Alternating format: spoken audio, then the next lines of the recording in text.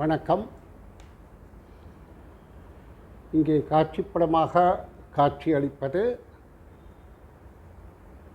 கொழும்பில் அமைந்துள்ள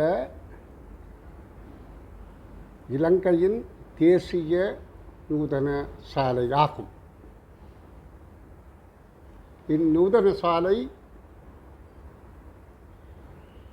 தற்பொழுது தேசிய நூதன சாலை என அழைக்கப்படுகின்ற போதிலும் ஆரம்பித்த போது இதன் பெயர் கொழும்பு நூதன சாலை என ஆரம்பிக்கப்பட்டது. அதாவது 1877ஆம் ஆண்டு பிரித்தானியரின் ஆட்சி காலத்தில் 1877 ஜனவரி மாதம் 1ஆம் திகதி இலங்கையில் பிரிட்டிஷ் ஆட்சி காலத்தில்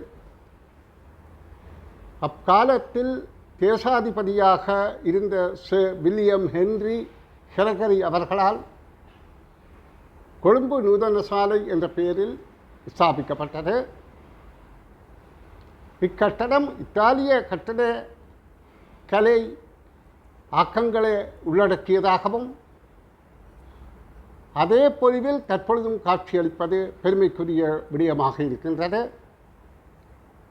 இந்த நூதன சாலை சர்வதேச மட்டத்திற்கு தரமுயர்த்தப்பட்டுள்ளது. இது மட்டுமல்ல, இதேபோல இலங்கையின் பல நூதன சாலைகள் தற்பொழுது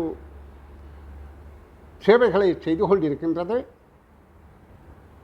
அதாவது கலாநிதி PET தரணிகர அவர்களால் யாழ், கண்டி, ரத்னபுரி போன்ற நிலையங்களில் நகரங்களில் நூதன சாலை அமைக்கப்பட்டது. இவை பின்பு ஒரு திணைக்களமாக மாறி இப்பொழுது இலங்கையில் 9 இவ்வகையிலான நூதன சாலைகள் பல இடங்களிலும் தங்கள் சேவையை செய்து வருகின்றன.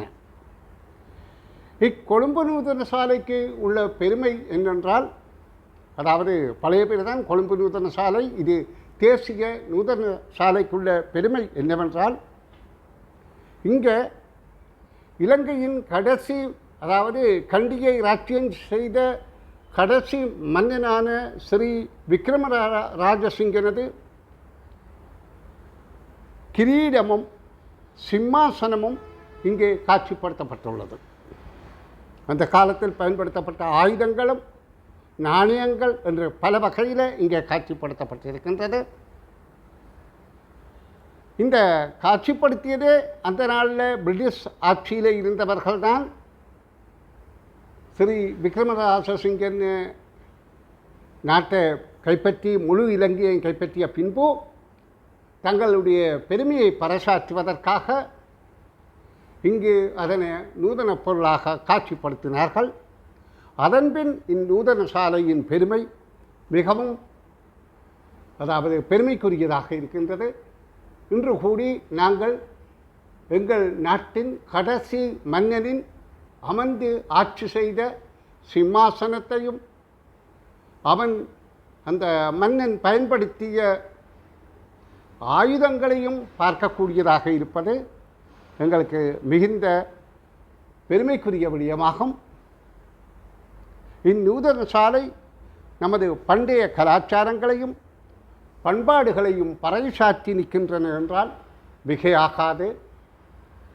நிச்சயமாக மாணவர்கள் இவ்வகையான இடங்களை சென்று பார்வையிடுவதால் அவர்களுடைய அறிவு விருத்தியாகி உண்மையான யதார்த்தமான வாழ்க்கை வாழ்வதற்கு நல்ல அறிவுள்ள ஆரோக்கியமுள்ள எதிர்கால சமூகம் உருவாகும் என்பது என்னுடைய ஆணித்தரமான கருத்து.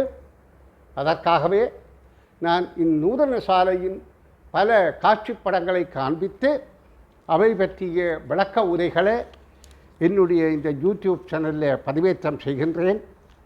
இதேபோல் பல விடயங்கள் நான் பதிவேற்றம் செய்ய ஆவலோடு இருக்கின்றேன். இதை பார்ப்பவர்கள் ஆதரவு தரும் பட்சத்தில் என்ன வகையில் ஆதரவு?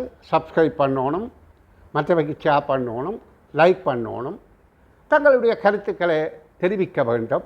இந்த வகையிலே ஆதரவுகள் தருகின்ற பட்சத்தில் நான் இன்னும் நிறைய எங்களுடைய குழந்தைகளுக்கு அனுபவ அறிவு பெறுவதற்காக இவை போன்ற நிறைய விடயங்களை தருவதற்கு ஆவலோடு காத்திருக்கின்றேன் என கூறி அடுத்த காணொளியில் சந்திப்போம். நன்றி.